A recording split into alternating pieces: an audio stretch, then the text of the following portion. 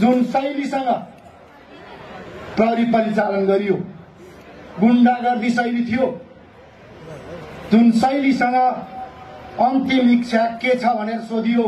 म चितवनबाट भन्न चाहन्छु अन्तिम इच्छा के छ। यो पार्टीको, राष्ट्रिय स्वतन्त्र पार्टीको र रवि लामिछानेको अन्तिम इच्छा के छ सुन्न तयार हुनु म भन्न चाहन्छु। यो देशमा किसानको मुहारमा हाँसो ल्याउने अन्तिम इच्छा छ।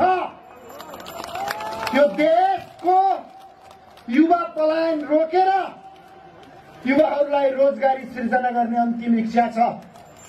यो देशमा दलीयकरण र भ्रष्टाचार विरुद्ध सशक्त आवाज बोकेर विधिको शासन स्थापना गर्ने अन्तिम इच्छा छ।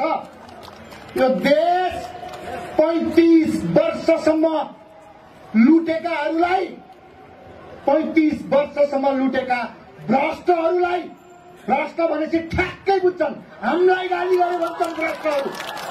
ती भ्रष्टहरूलाई पाता कसेर जेलमा हालेर जेलै भित्र 10 दान बैतरनी गर्ने भन्छ। 10 दान बैतरनी जेल भित्र गर्न भन्छ।